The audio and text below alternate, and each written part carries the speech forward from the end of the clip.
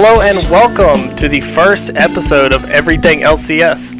I am Jeremy Ojai Vega Hooker. With me, Mikhail Magi Spiriton Harvey. Mikhail, how you doing tonight? Hey, how's it going, Jeremy? It's going pretty good. I'm excited to talk about some LCS right now, and yeah. Me too. I mean, finally, we're here. We're just a couple of days out from finally starting the 2020 season. It's crazy to say that, the 10th season of League of Legends. I know. And just having the build-up and seeing all the hype videos, seeing all the LCS documentaries and LEC hype videos, it's just, I'm just like, can it just hurry up already? Only thing that can make this better is if we had fantasy. Exactly. I can't believe, and I hate to start this on a down note, but I can't believe we don't have fantasy again for another year. Yeah, that was a real damper. It's okay. We have TFT to hold us over, even if it's not esports. That's true. TFT, I'm honestly awful at it, but they play it. Yeah. Well, a little about myself. I am a former StarCraft 2 semi-pro player. I've been following League since Season 1. I'm currently a Hardstuck Plat player and a Diamond TFT player. Just a huge, also, Homer CLG fan. Hopefully that doesn't bleed through, but, you know, I love to suffer. So it's who I am. And what about you? All right, me? Okay, I'll start off again. I'm Kyle Harvey. I'm from the States, from New Jersey. I'm a fresh graduate, so I'm just trying to figure out things for myself right now. But I am a 100 Thieves fan, so I love those 100 Thieves. And yeah, anything that I am missing? That sounds great. I mean, you know, I can't do anything but praise you for being a 100 Thieves fan. I mean, I don't know if you've watched the reveal of their new facility yet today.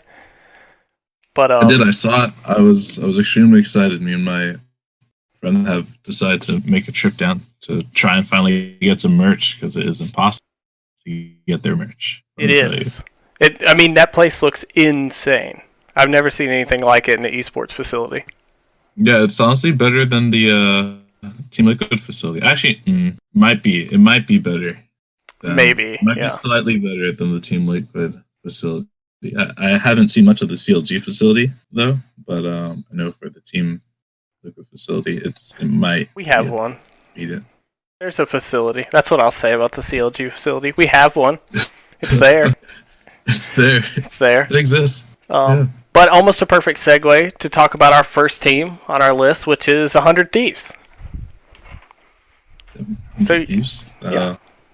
100 Thieves 2020 roster. Oh, yeah. 100 Thieves 2020 roster, which is Someday, Meteos, Ryoma, Cody Sun, and Stunt on the LCS roster. Their Academy roster, which is Fake God, Contracts, Saligo, Prismal, and Breezy.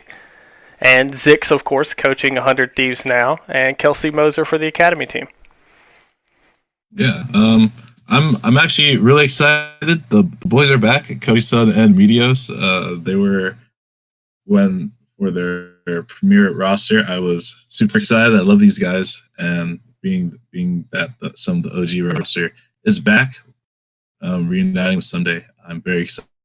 Cody Sun is one of my favorite ADCs, and it'll be great to see him on stage again in the black and red. But how do you feel about Ryoma? Everything I've heard is good, and apparently there were like some talk about when they went over to EU and they scrimmed a bunch of top EU teams and mid EU teams and did okay. And Ryoma was one of the people that they talked about being pretty good.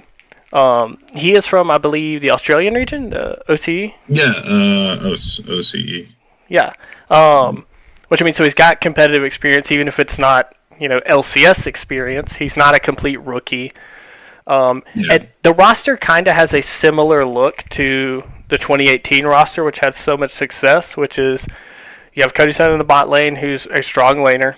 You have Someday in the top lane, who's a monster, and you have a decent jungler or a decent mid laner who can hold down the mid in Ryoma, as was Ryu there. Yeah, plus with in regards to Ryoma, I've heard that he has some potential to be a pop-off player at times as well. So that's really good. Could have if Meteos and him have really good synergy, could have some really high pressure mid jungle synergy, which could really help out with the dragon control. So that'd be great. And with Someday, I feel like over the 2 years, Someday performed best with Meteos. So I think the Meteos Someday pair is just because Meteos is a jungle who knows what he wants to do, and I feel like Someday is a player that needs some guidance on his role or for like a setup. That's why I think Ando was such a problem last year. Just lack of communication is why Someday had to be benched. But that won't happen this time because I feel just the top side of the map has some good qualities there. Yeah, and for the bot side of the map, we're talking about Stunt making his return to an LCS starting roster after having played Academy all last year on 100 Thieves.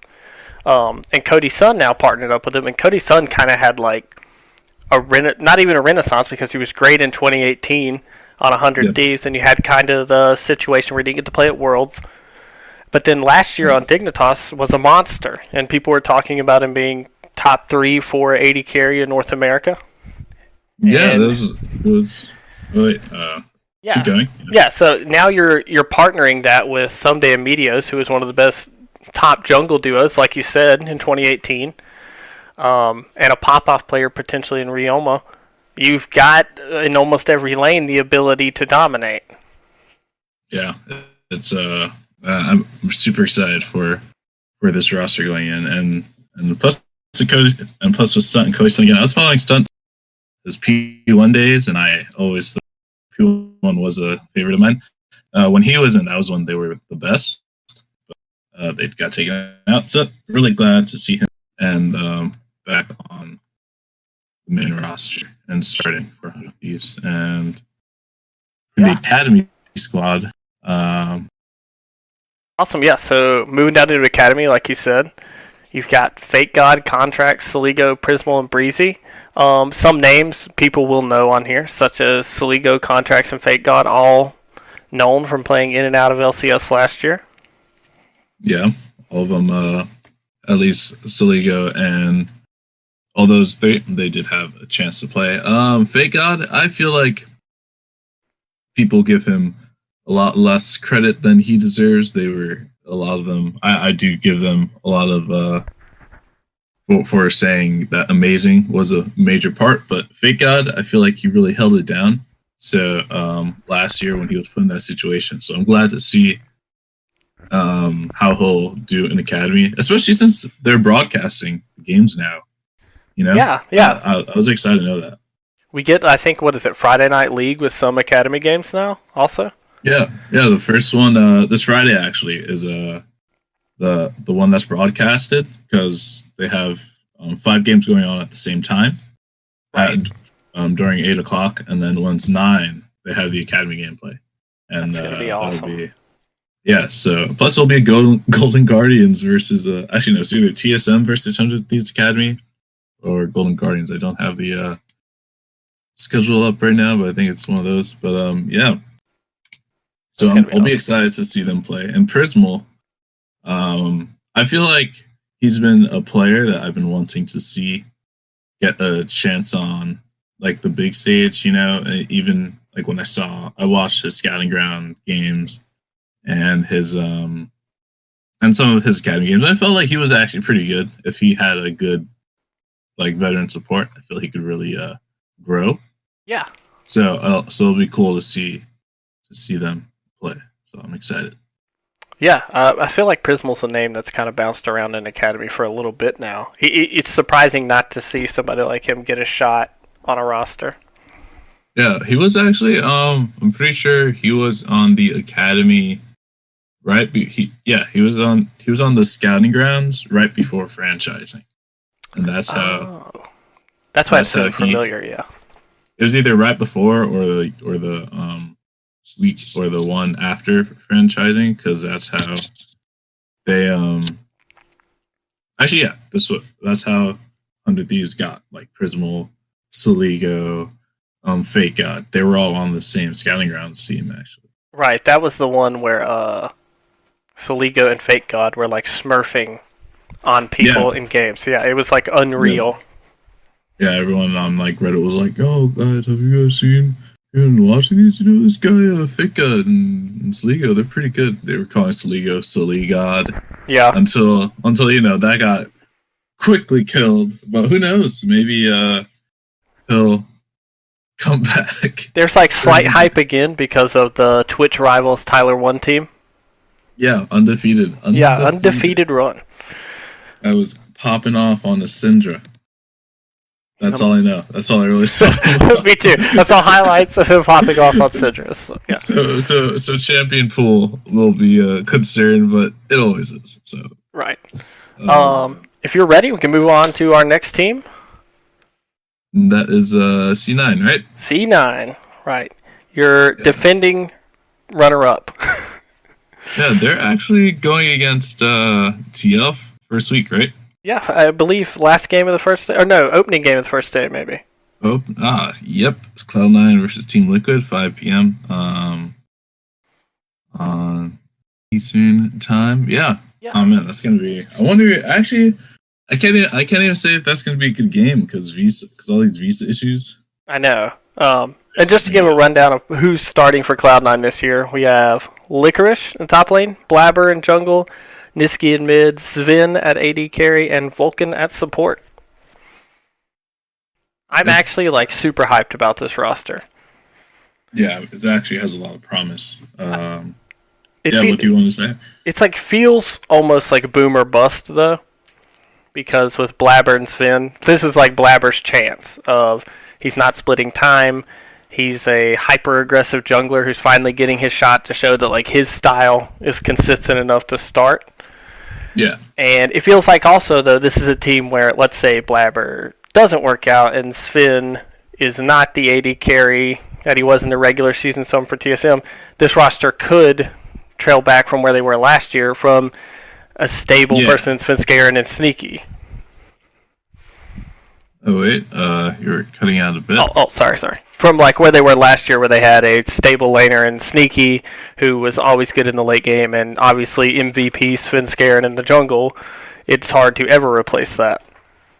Yeah, it's hard to really replace such key players, and as you said, Blabber has issues to fill, so does Sven. With Blabber, when I have seen him play, he's a very boomer bust, as you said, pop off player. But there are times his early game is really good. So that's all I could really say.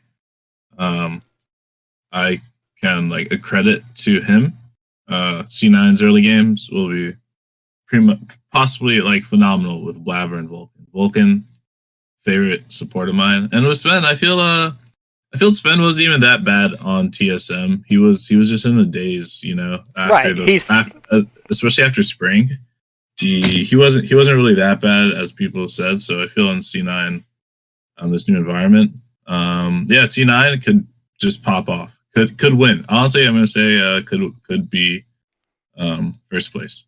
I agree with that. I think that I don't understand this narrative of like maybe it's because Sven has been so good that there's now this when he had a split where he wasn't a top 2 AD carry, people act like he's not a good AD carry anymore. It's like he was top 3 probably last split. Yeah. He was still one of the best AD carries in, LCS last split. And now you're putting him with a dominant laning support like Vulcan, who had a great split last split with Cody Sun. And their bot lane looks completely different than what their bot lane looked like last year as far as play style and pressure they can apply. Yeah, I heard a lot of problems with C9's bot lane last year was that the fact Zazel was a weak laner and Vulcan is not a weak laner at all. So I'm super excited to see how the C9's going to do with this stronger bot side by chance. Like this may be what they need to unlock Licorice. This may be the catalyst to like really unleash Blabber. Like, hey, you have a strong bot side, complete drag control all the time. Like, imagine the C9 team. That'd be crazy. Yeah, I think one thing they've done well this offseason that other teams maybe down the list have not done well is they had a clear way they wanted to play the game, and they built a roster to do that.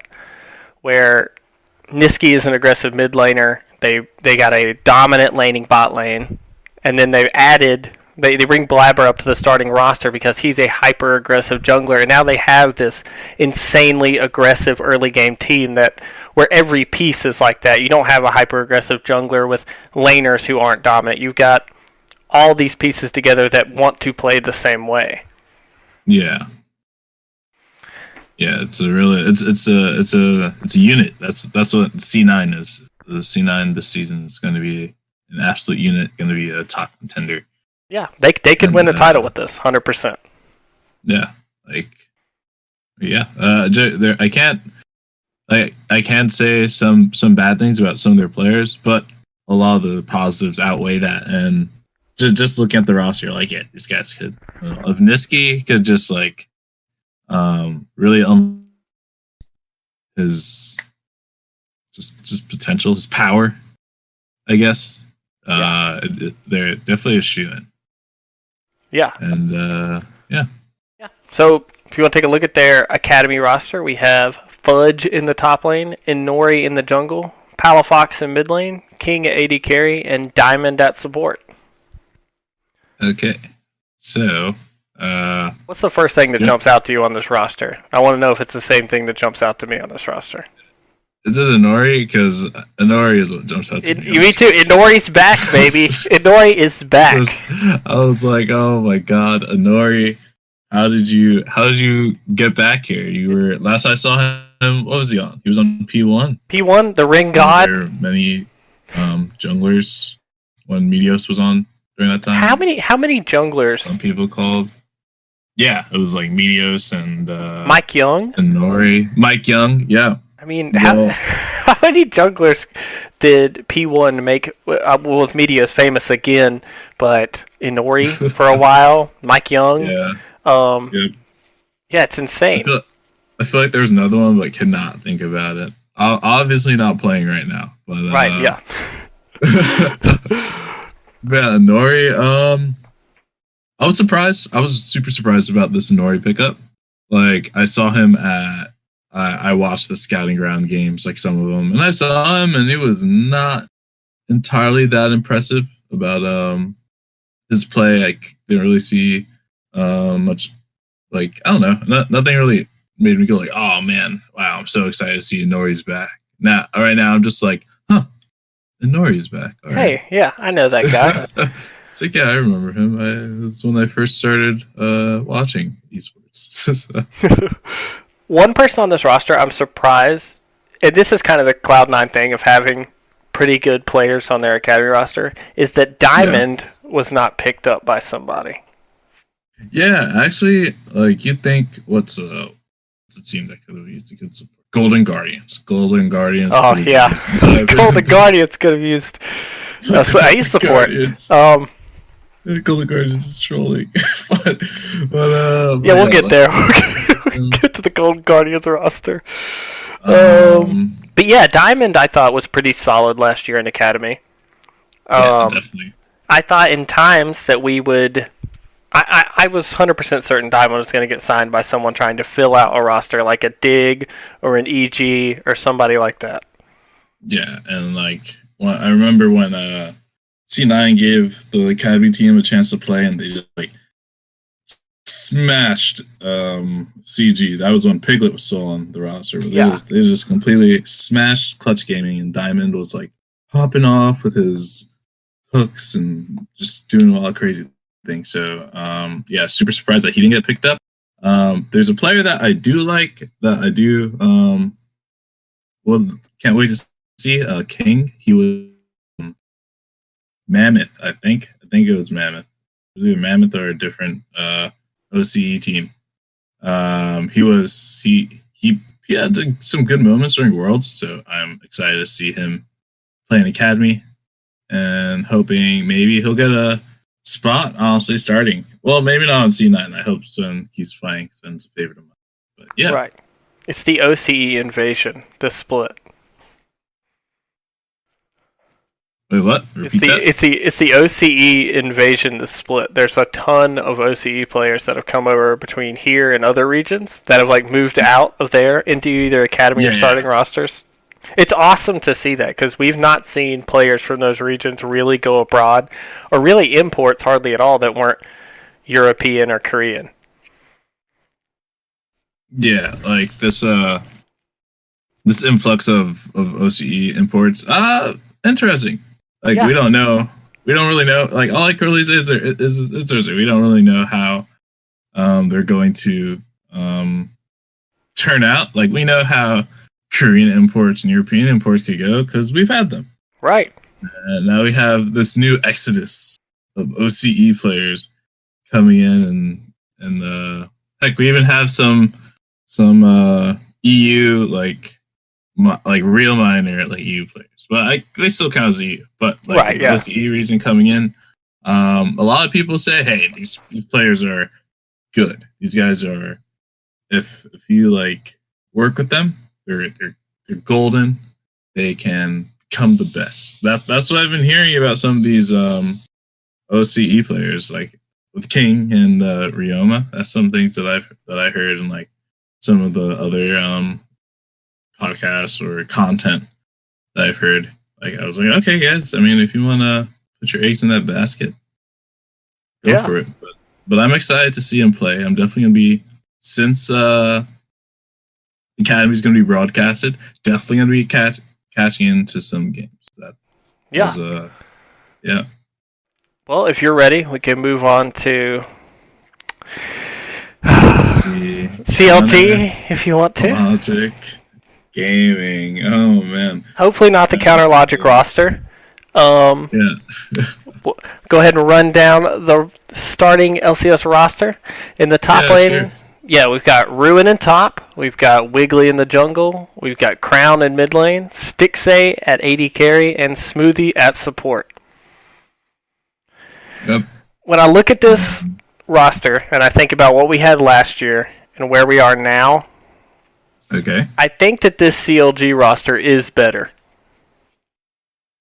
I think that they've improved. I'll say I think the ceiling of this CLG roster is higher. Okay.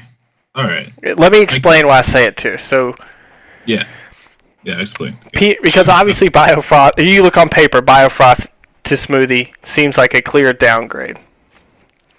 But one thing I've heard a lot is Bio, when he first came on to CLG, one of his big things was he did not want to be a shot caller.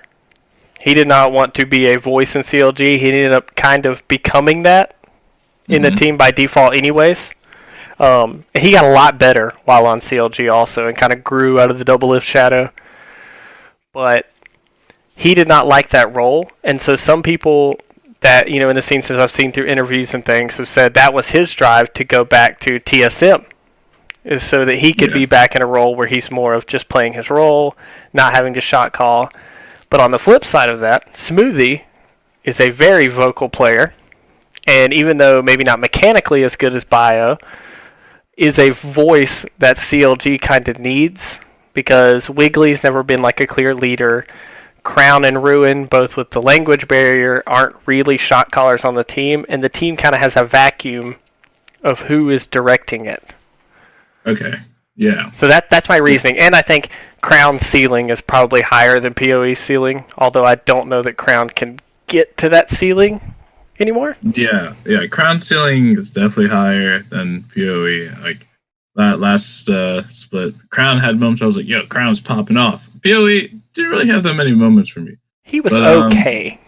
Yeah, he was okay at best, but like with the Smoothie and Biofrosting, I feel like it was just puzzle pieces that were like kind of forced into place, but then they were like, hey, let's actually swap them and see what we get. That could be true. That maybe the pieces just had to be swapped, and definitely I preferred Biofrost. I could think of Biofrost games this split, and I was like, last split, and I was like, whoa, Biofrost was like actually popping off. Like one of those Thresh games or something. It was like awesome. Smoothie, can't really think of a moment for me. last split where I was like, oh man, Smoothie's really popping off. You know, it was mostly like Bergson just like 1v9ing. Yes. Some games, Yeah. you know, but yeah. So I think Smoothie is a good fit. Stixay, I feel Stixay has been like consistent. Stixay Bio, that lane I will miss. I think that's the top 3 bot lane last split. Yeah, that bot lane. If that bot lane, actually, I was like, if that bot lane went to Worlds, that'll probably be the same result. Well, you think about, because, I mean, the only weaker bot lane, I think, that went to Worlds was Sneaky and Zazel, which they're better than them. Yeah, actually, yes. If this bot lane replaced C9's bot lane, they may have gotten better results. That was a tough group. Yeah, that was super hard. And they maybe. got G2. Yeah. They got G2, and I was like, they're not making it out. No. I'm sorry, guys. I mean, I was like, they're not making it out of this group. I was like, oh god. G2. Yeah. I was like, rip C9. Oh jeez. But let's see. Who was? Let's see. Yeah. But fun fact: visa issues. So Yes. talking about visa issues, that could bring us into Academy Tuesday. Tuesday we'll be playing. Yes. This week for LCS. But what do you think of Tuesday? He's been in Academy CLG forever. Yeah, almost as long as Academies. This format of Academy's been around. Yeah, I know. Tuesday's been our mid laner. He's okay. Tuesday, I think he is like a slightly worse PoE. He plays a lot of control mages. He does okay. He does even in lane, but he's not a player you'd rely on to kind of. Didn't he? I feel like didn't at Twitch Rivals he like did some crazy no at the Tyler one. Yeah, the Tyler one. Yeah, the TCS. Yeah, the TCS. Was he like popping off or something? I know that's not really credible. Right, yeah. Yes, he was. I'm trying not to get too hyped about it and let myself down. But, yeah, he was popping off at the TCS. Yeah, he was popping off on like Silas or Call. He was popping off on some type of OP champion. Yeah. But yeah, so like he'll be playing. I honestly haven't really watched him play that much, but excited to see him on the big stage.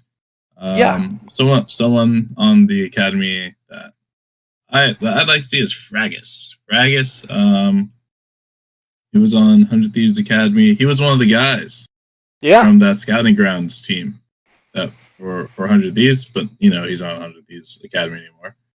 But he's on the CLG one, and I don't know. I'm a fan of him. He's a good personality. I'm just glad to see him play. Another reason why I'm glad that there was broadcasting so I could see these players that I have grown somewhat fond with. Yeah, and correct me if I'm wrong. He was on the 100 Thieves Academy Championship team. Yes. I believe he was. Yeah. Yes. I think Fragus has been a guy that in any games I've watched of him, I've been impressed with how he's played. And that's another player in Academy that I'm kind of surprised he didn't get a look, which maybe you do here on CLG, get a little bit more of a chance, because I know Weldon's been a person who's very active in wanting to involve the Academy team with the LCS team in the past. Fragus is great. I have heard, and he has some inting tendencies, but that's fine. Everyone does. But and Coach Song, we haven't really talked about the coaches, but right. For the most part, 100 Thieves, Ziggs, the coach is great. Reaper, great. But Coach Song, he's had some rough splits recently, actually. TSM and Echo Fox. Yeah. Echo Fox wasn't really his fault, but going with that really star-studded TSM roster and failing in the eyes of the org, I don't know. They kind of put it really hard on him. But he's now at CLG. What do you think about that? Because the coach last split, like Irian, he was apparently really good. Yeah, I think that's a tough loss for CLG. I think for Song is almost an enigma. When he when he first came over, and there was that Immortals roster with like Cody Sun when he was Massacre and like Smithy and stuff like that. And then, And he was like the second coming of, like Coma. And we're like, oh my gosh, this guy's like the best coach ever. I feel that was more like Smithy coming in, really synergizing well with the team and Flame and getting that team like fed as fuck. Me too. Now looking back on it, you're like, well, clearly Smithy made this team a lot better because clearly it was Smithy. You're right. Yeah, clearly, very clear. Because then Echo Fox, like you said, is kind of like we don't really know how bad it was behind the scenes there. They had that one split where they were actually pretty good. But they had Hooney and DeMonte and Dardoch, and they were doing okay. They were a playoff team. Yeah, but that was I think they Anero was. That was Anero. Yeah, Anero was coaching then. But then Song goes to TSM. That split. That's right. Yeah. So honestly, Song hasn't really had. So that's a concern for me. I was kind of excited about him, but now that we kind of laid it out, what have we done? But Walden, good guy, smart guy. He may be able to talk to Song and be like, Song, this isn't working. But Crown, really smart guy. So, yes.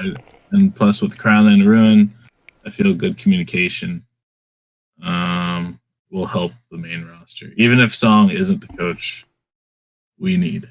Exactly. And Ruin, just to touch on him a little bit, I think quietly went a little bit under the radar last split. Like, people kind of talked about him playing well, but he was a real linchpin for CLG being able to play, of having someone in the top lane who wasn't Darshaning or, just getting caved in. He was a guy who played, I think it was 10 different champions in the first 10 games. It gave us like a ton of flexibility in draft, and that was with PoE kind of not wanting to play the meta things in mid lane as much last split. Yeah. So we ended up taking a lot. Ruin ended up taking a lot more top lane. So I'm kind of excited to see what he can play like with a mid laner who's more willing to play the meta, more dominant things. Yeah, and that'd be really great. Plus, I heard like PoE really stuck. I feel PoE is a player that's stuck in his ways. So when the lane swap during the playoffs, and didn't really.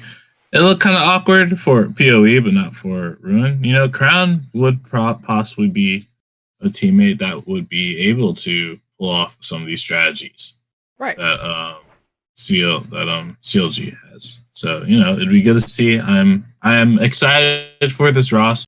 I'd say top four. Yeah. Actually, wait. Top half of the league, at least. They're a playoff team. Yeah, they are a playoff team. They are, in fact, a playoff team. Yeah, they are.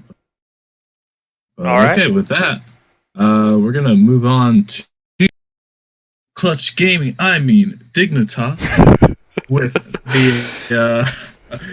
their top laner being Hooney in the top lane, Greg in the jungle, Froggen in the mid lane, John Soon in the bot lane as AD carry, and Aframu as support. With the academy players being Lordo for top, Acadian in the jungle, DeMonte in the mid lane, Phoenix bot lane, and Ole support. And then we have our coaches, Invert and Thinkard, and the academy coach, Simon. So what do you think about this main Dignitas roster? This is like the roster of what ifs. Like, if Hooney and Froggen and Aframu all play like they can, this could be a playoff roster. But there's like a part of me that's like, this is the LCS retirement home with Johnson. The one, I'm always excited when Aframu is with a new ADC. Yes, because when I started when I started watching LCS, there was the Rush Hour bot lane, and I was like, oh, that's a pretty neat name. So every time he's with the new type of AD carry, I'm like, oh snap, is this a new Rush Hour coming along here? So I their bot lane, giving them benefit of the doubt, I feel that that'd be good. That'd be great. I think so, and a Because lot of I know people are like Aftermoon hyped likes on playing him. aggressive. Being with the rookie support, being with the rookie ADC, he may be able to shape how he wants like the bot lane to be direct. You know, and I know for Bang on 100 these last year, people say a lot of Aftermoon, but Bang was scared. He Yeah, was not playing like as upfront as he could. So I'm excited for the bot lane, and I'm excited for Mahoney. Mahoney is great, but what's really funny is their jungle situation with Grig and Akade for the academy. yeah. That's funny to me. They have transplanted the TSM jungle issue over to a new team, and Yeah, now but the issue wasn't Acadian. Maybe maybe not. it was TSM. Yes, TSM is where junglers go to die. It's sad reality. But yeah, continue on the academy thoughts. Yeah, is this the closest to an LCS roster and academy roster is this split? Yeah, this is like weird Echo Fox. This is legit Echo Fox roster. Yeah, Like an old one. Like an old Echo Fox roster. Minus Ole, Lorlo, Acadian, Demonte. Like all these guys were on Echo Fox at some point. Phoenix even was a mid lane. Yeah, he was bot lane. He was in the mid lane definitely. But yeah, this is a close honestly. But people forget the players are some of the players are pretty young, like Lorlo, Katie, and Demonte. Those guys are super young, actually. Yeah, So, Demonte was at Worlds, just a couple months ago. yeah, and it sucks that they are in this situation. Actually, not so much Lorlo. Honestly, I've been following Lorlo for a while. Big fan, but he hasn't been. You just can't fight like the big dogs in LCS. But he's doing fine in the academy. But like Acadian, right. I feel like Acadian should be starting. He should be starting over Greg. I agree with that. Yeah, Acadian should definitely be starting over in my eyes. But yeah, definitely. This is just an LCS team. Might as well add on 2 more teams to the LCS and make them one of them. Yep. Right? What's your predictions? Is this a playoff team? Is this a bottom 4 team? I'd say I don't know. They don't have a glue person. They don't have a glue person on their team, so I feel like they're going to miss the playoffs, but not by a lot. At least in the spring split, summer split, they have that. That they go down to 8th seed in the playoffs. Yeah, that's true. So yeah, for spring split, no playoffs. Summer split, playoffs. Definitely. I agree. I think this whole roster is going to hinge on how well Johnson glues with Aftermoon. If they have a dominant bot lane, then Huni, Froggen can excel. If they don't have pressure early with players like Huni, this roster can struggle a lot. Yeah, like just imagine if their bot lane just actually became another Rush Hour, and they were just smashing kids left and right. Other than TL and 100 Thieves, of course, Oh yeah, and 100 Thieves. I think TL 100 Thieves, same breath, Yeah, so yeah, they just start like smashing everyone, and I could also see that happening. That'd be hardcore. That'd be great. Huni just like doesn't need to worry because people will have to gank the bot lane because you're smashing everyone so hard. And since they can't gank Huni because they're ganking bot, Huni's just gonna have a ball. And then Froggen's just gonna do his Froggen thing in the mid lane. And I don't really know what Grig's gonna do, but but honestly, everything else, it could come together if this bot lane can just same problem. This bot lane can just like pull it together and be great. I could see some good potential. Awesome. I agree. So if you want to, we'll move on to our next team, which is Evil Geniuses. The living evil. Their content kind of makes me cringe a bit. Like when I saw their CEO come out and like flamethrower the jerseys, I'm like, man, I could have gotten one of those jerseys. But yeah, come on. But yeah, if you want to run down the roster. Oh yeah. So Evil Geniuses over here. We have Kuma in the top lane, Sven Skaren in the jungle, MVP Sven Skaren by the way. Jizuke in the mid lane, Bang bot lane, Zazel support. And for the academy team, we have Brandini top, Kadir jungle, Giyu mid, definitely bot and Matt support. And then we got Irian. This old CLG coach. Dang. And Artemis. And then for the academy coach, we have Tim Kira. So first thoughts, looking at this roster. I actually love this roster. You love it or loathe it? I love it. I actually think this is a top 3 roster. This split. Top 3? Top 3. Really? Top 3 roster, this split. And here's my reasoning. Okay. Jizuke was a top 4 mid in EU before this last year, where he was paired with Mowgli. It was rough. Very rough last year. But yeah. Right. Yes, yeah. Okay, so I'll give you that. It was rough last year. But even still, Jizuke was not terrible. He played with Mowgli, which, as we know, last year was extremely jungle mid dependent. And he played in a region with some of the best mid laners and junglers out there in EU. He's moving to a roster with an MVP jungler who knows how to unlock mid laners. All right. And a stable bot lane that plays well in the late game. Admittedly, their bot lane's pressure in lane will probably be almost non-existent. But, hey, Zazel's used to playing with that.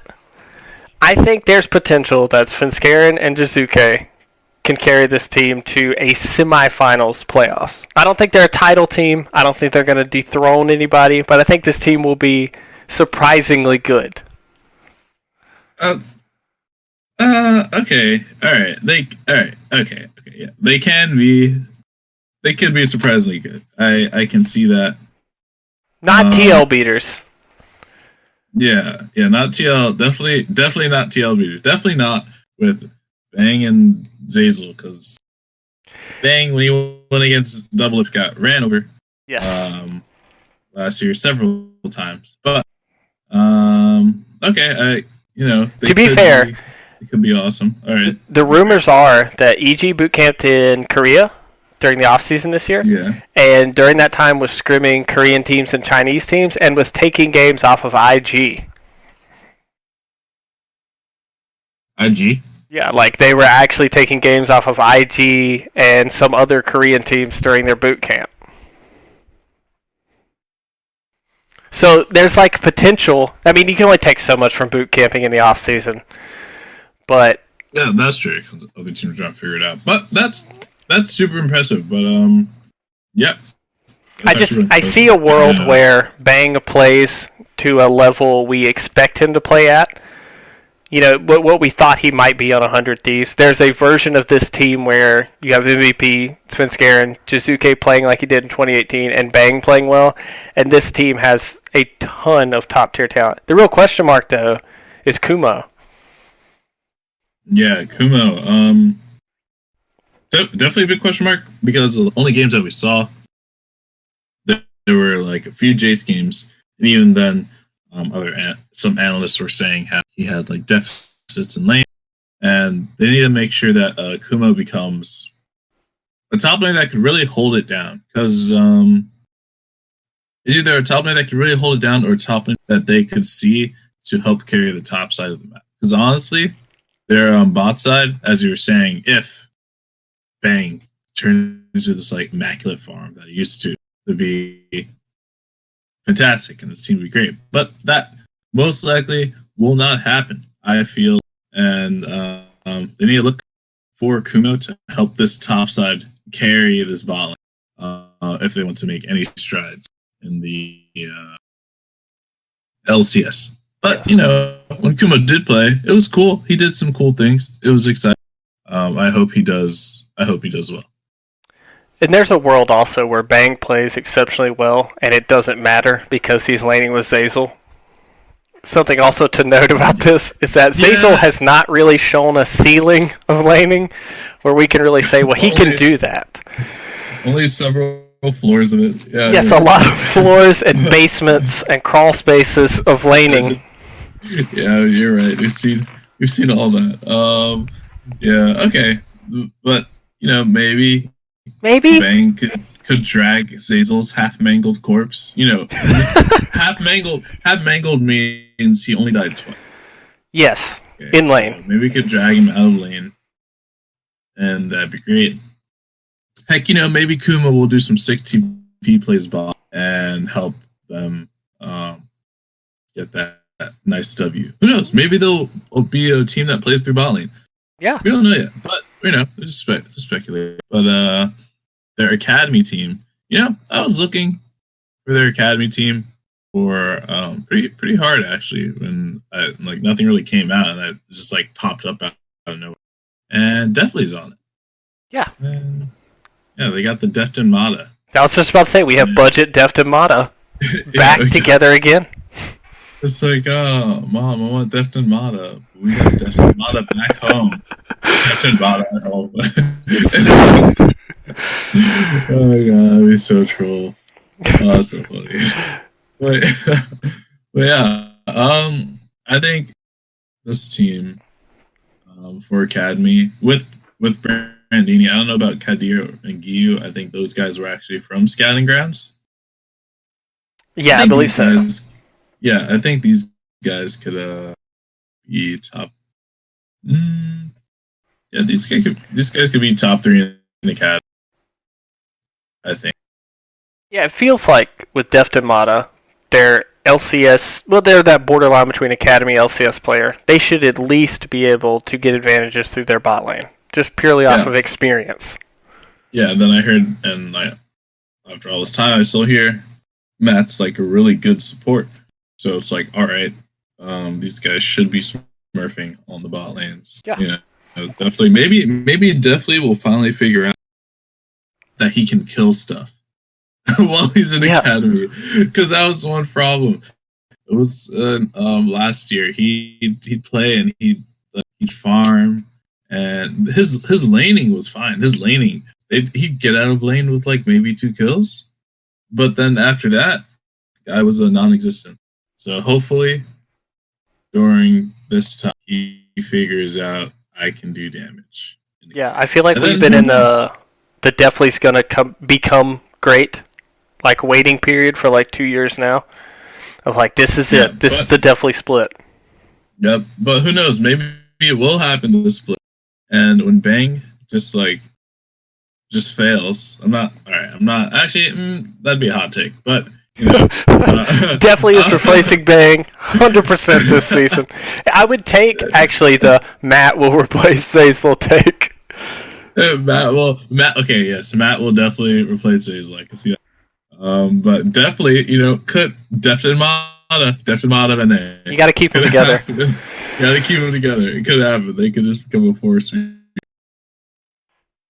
Oh man, that's good. Let's see. Anything to say about their coach, their coach staff, Irian or Artemis? We know Irian helped with the CLG and Artemis was on Clutch Dignitas during Worlds and was there. I thought he'd be the head coach, to be honest.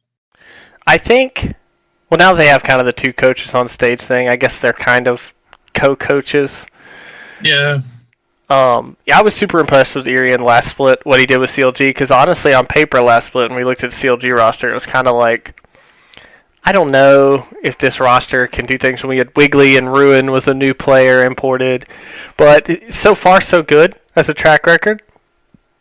He's got a lot of work to do on this team between North American, European, Korean players that play a lot of different styles.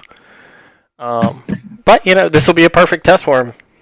Yeah, it'd be really good test for the split. It'd be a good test for many teams. A lot of them trying out. But all right, with that, looks like we shall move on to Flea Quest. And do you want to read off their roster here? Happily. In the top lane for the LCS team, we have Viper. In the jungle, Santorin. In the mid lane, Power of Evil. At AD carry, Wild Turtle. And at support, Ignar. And for the Academy team, we have in the top lane, Revenge. In the jungle, Fnatic. In the mid lane, Fnatic. In the mid lane, Triple. In the bot lane, my boy Mash back in Academy. And support, JJ. Yep, this is our Fly Quest players. But looking at this team, I'm really excited for Ignar. Ignar, one of my favorite supports. This was when he started playing in EU. That was when I started really getting into LCS and esports as a whole. And he was like, this guy's crazy, landing all these hooks and all these great engages. So I'm super excited for that. But this team, I don't know. There's so many parts that stay the same. That I'm Ignar, I feel won't even make that much of a difference. Yeah, that's how I feel right now, especially in the jungle and ADC role. What do you think? Yeah, it feels like it's hard to know if where's the Power of Evil versus Pobelter power swing for this team, because I feel like Ignar is a clear upgrade. He's a great player. I think he partners really well with Wild Turtle as far as being an aggressive support with an AD carry who wants to go in, but I don't know if they did enough to push this team over the hump. Viper last year was okay, but it kind of felt like more and more LCS teams were getting great top laners. And Viper is kind of stuck in this range of like, well, I kind of do one thing really well, but when my team needs me to be a tank player, he's not as amazing at it. Yeah, and like, do you even think these guys could even make it to playoffs? Even in summer. There's a version of this team that makes it to playoffs, but if you gun to head, no, I don't think this is a playoff team. Just because we kind of saw what Power of Evil's ceiling kind of looks like in his current form last split. Yeah. Santorin probably is the way this team makes it to playoffs. As Santorin plays towards their bot side and Turtle and Ignar turn it on and smash some of the teams below them. But this is a team that even in top form, Ignar and Wild Turtle are not going to beat bot lanes like the Liquids or probably the Cloud9s. And looking at and Santorin, I mean, he was apparently known for not apparently, he is known for being a pretty farm heavy jungle. And right now in this meta, I know definitely not in my solo queue games that the farm heavy jungler is the one that helps me win. It's not true. It's definitely not how this works, especially with how the dragons are so important. But who knows? Here's the Fly Quest. It's like after last spring, they were really good. Honestly, they were a pretty good team. They were pushing. I was like, when I saw them play, I was like, yeah, this team could be one of the teams that go to Worlds next summer. But then in the following spring, they flopped. But they had moments of like whoa, Poggers, Pobelter just did some crazy play. There were a couple of times, like maybe 3 games last split, probably only 3, where like Pobelter did some crazy thing, and it was like a game like winning play in my eyes. I mean, they still lost, I think, but it was they were trying. There was life there, but they were just lacking. Like Power of Evil though, he definitely holds it down in lane, which I know was the problem last split when they had Pobelter. Santorin, I don't know. With Santorin, I feel if anything, they could swap Santorin out with Fnatic. Fnatic was apparently a big prospect in scouting ground, and he's also been in the academy for a while. So who knows? Maybe this will be a split where he gets a chance because Santorin just isn't cutting it this time. And with Wild Turtle, he hasn't really impressed me in a while, but who knows? him and Ignart may be the sauce. Could be. I feel like FlyQuest is the most afterthought team in LCS right now. Like, you just... we're going down the list of teams, like, I can't wait to talk about this. Can we talk about this? And your FlyQuest is like, has this roster's like, what? Has anything changed in like 2 years? It's like... You're like, oh, it's the same thing. That's where they are. Oh my god, Don't Mash Me's on their academy team. That's like the highlight. Yeah, Don't Mash Me. Wait, so I missed out on like Mash. He wasn't there when I started watching, or I wasn't really paying that much attention. What team like did Mash usually play on, or how far back? Oh my gosh, I think. Well, he played. He played. He's just like one of those days. It's like, hey, I know that guy. Why is he still playing? Yeah. That's all I do. Yeah. That's all I do. Yeah. Realistically, I want to say Mash Me was on like Epic Gamer or something. Jeez. Like really old.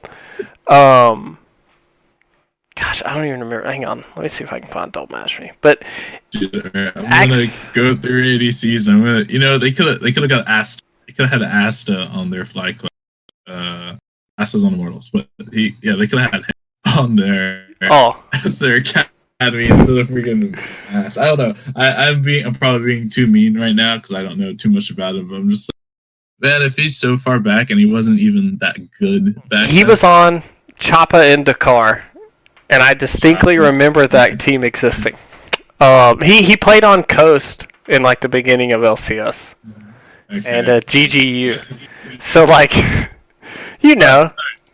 mean, didn't they say that he got a top like 10 challenger last season? Yeah. Or something. I don't know. Okay, all right. I don't know. Revenge though.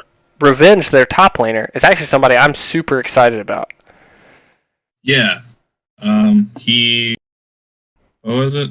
Yeah, before he was a really good like room one trick, then went to med school. But now he's back, He's back? And since he's been back though, it's like you may be excited for him, but since he's been back, I've seen some of his games in Academy. And, just give him time. Just give him time. All right. You're right. Can definitely give him time. But excitement, I lost that excitement last split. But if it could be exciting if he shows like, hey, I am Revenge. I'm the guy that people were saying before I went to med school. Yo, this guy needs to go pro. He's so good. Blah blah blah. Yeah. That's what it's like. That's what I want. Fnatic. I'm excited to see him. As I said, he was a top prospect in scouting grounds. I'm not sure how prestigious that is, but he did show the most promise, and a lot of different teams saw that. So Fnatic. I'm excited to see him. I feel he can show his stuff, and honestly, I'd be so down to see him replace Antor for a roster swap. Right. It's spring split. They have so much time to experiment. Exactly. This is the time to let people like that play.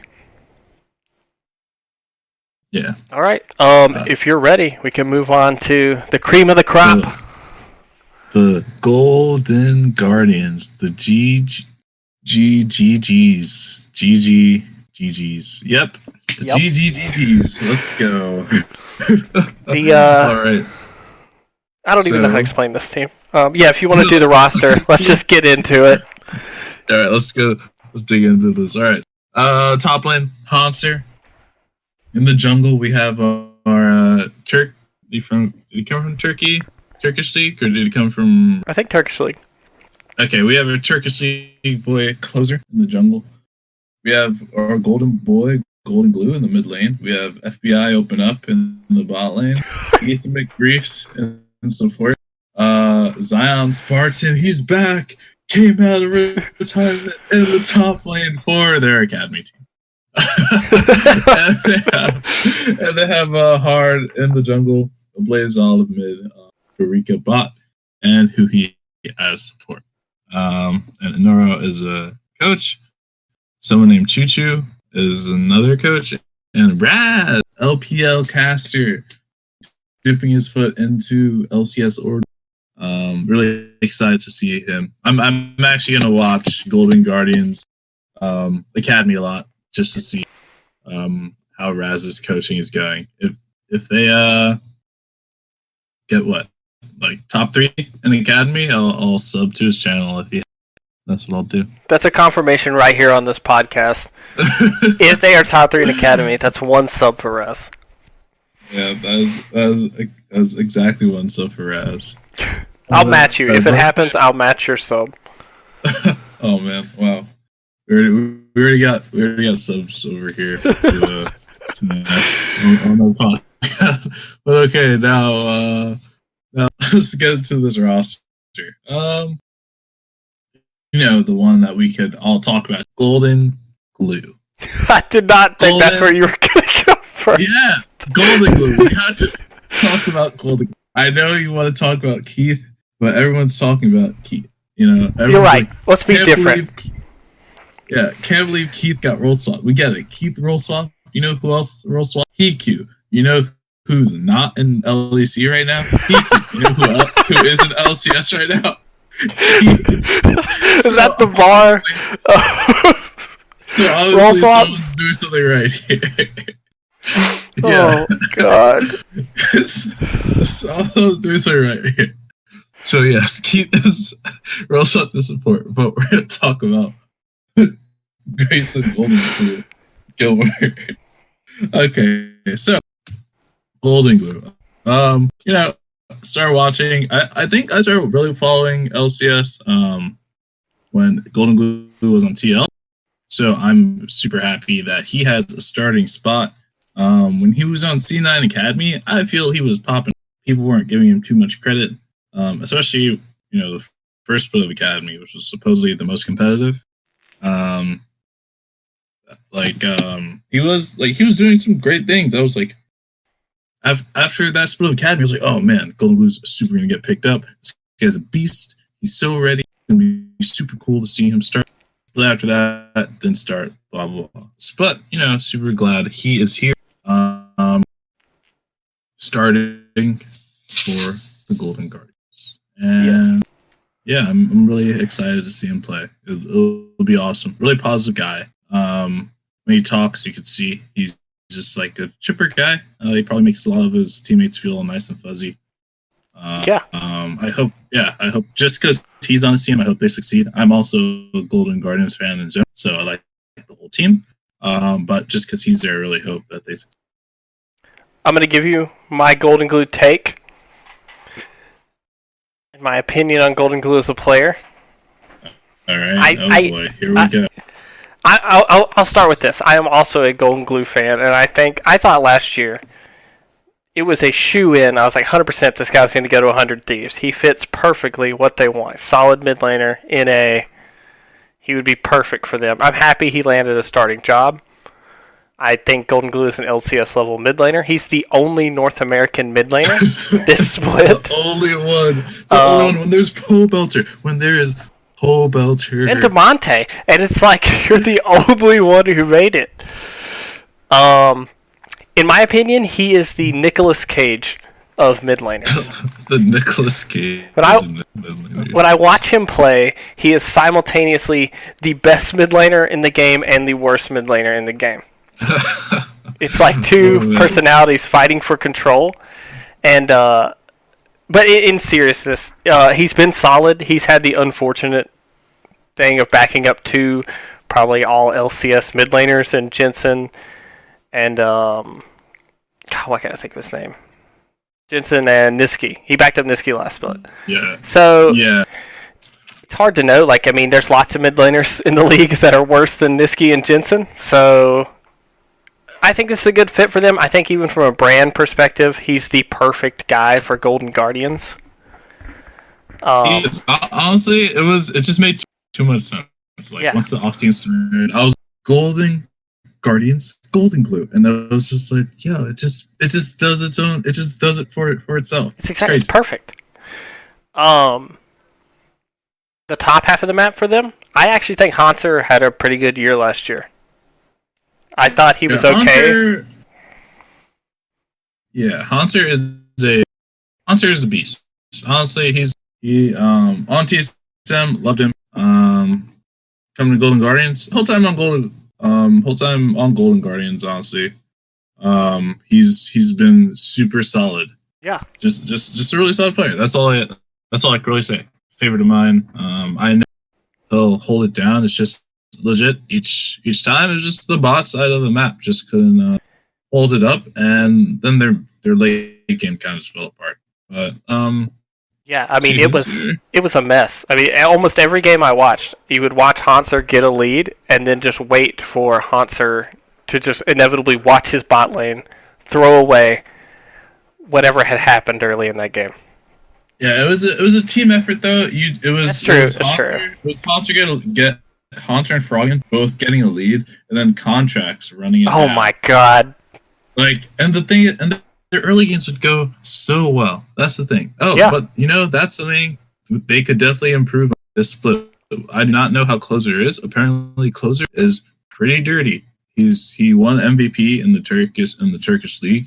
So the fact that their jungler will not be running it down is a huge plus, and you could expect a lot of good things from Hanser, Closure, and Golden Galaxy, but it's just the bot side of the map. Okay, now we can get on. Okay, yeah. Right, now we could. Let's just tease it. Let's talk FBI first. Let's go.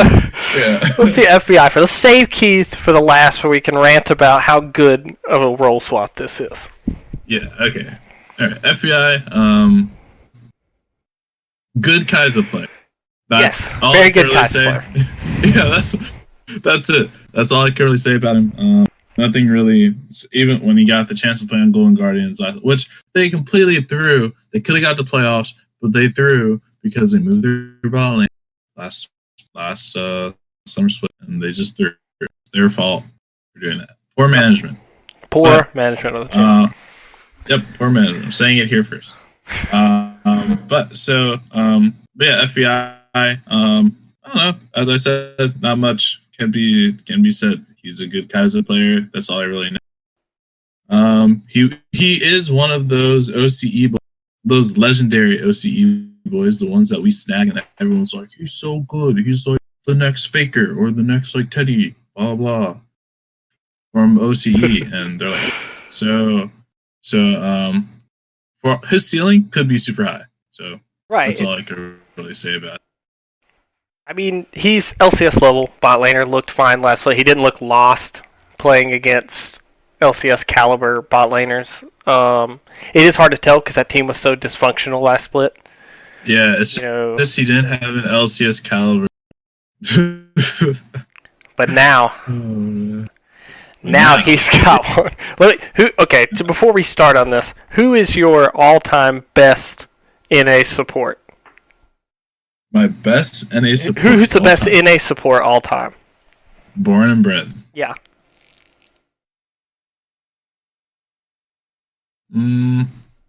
Does it matter like time frame or something?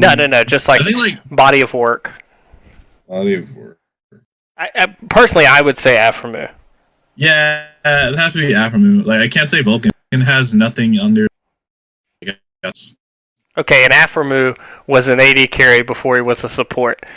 So I just wanted to point that out before we started in on our boy.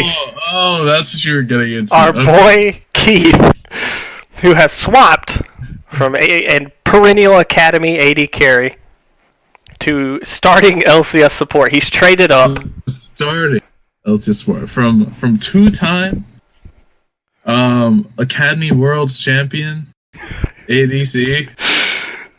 To first time starting support. Yes, it was a clear transition. Yeah. What a journey! Who would have thought? Yeah, keep in the support role. Yeah, as you mentioned, Aphromoo, example of ADC going support. Hey, worked out Aphromoo, one of the most prestigious supports we have, and for all we know, Keith could be the next most prestigious support in NA after Vulcan, obviously. After Vulcan, yeah. Yeah, obviously after Vulcan. But here's the thing. It's like support. We're honestly support is so easy, bro. After moves thing, it's like support. I feel on a professional level, it's definitely it's like solo queue level. It's like easy but hard. You just like need to make sure people don't die, but hard because people in. But in the pro level, there's a lot of stuff that you're keeping track of. I don't really know how good Keith's comms are, right, or anything, but they said he has like high mechanics. I'm like, all right, man. To be honest, if I have high mechanics as support and I'm playing Lulu, that just means I could like click a bit fast. Okay, like yeah, I don't, yeah, like or if I'm just like, all right, I'm Leona. Okay, I know how to go in, and I just gotta walk around, hit people for a bit. I was like, all right, cool. All right, okay, he has high mechanics, mechanically gifted. It's like you can find plays, but it's about like the knowledge of supporting and boarding and all other stuff. So right. could be give or take. Keith up in the air. I'm giving him the benefit of the doubt. Golden Guardians is my dark horse team for this split. Like playoff team or like title team? Playoff team. I'll give you dark horse playoff team. They could do. I could see them being a 6 seed. Yeah, dark horse playoff team definitely. Like they could pull through. I could see them like taking EG's spot if EG flops. To be honest, not EG. They're going to be the number 1 seed. I mean, EG's the one that I'm like most skeptical about for some reason. I don't. How are you more skeptical about EG than Golden Guardians?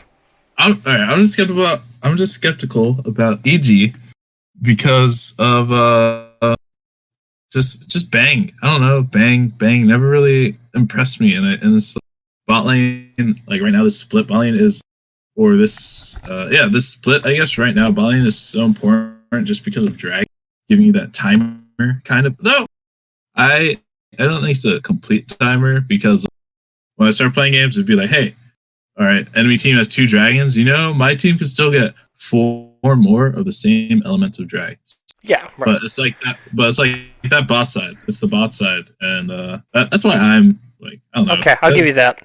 4 of the 5 players are question marks on that team. Yes. But that's the one thing. That's the one.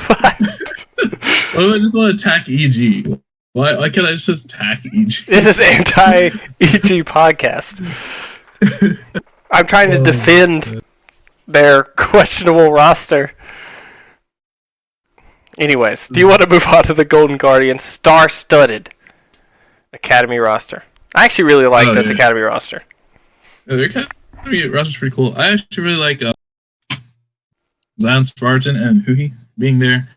They could be real leaders, and I mean, yeah, that's just true. And Zion Spartan is back. He came back from retirement.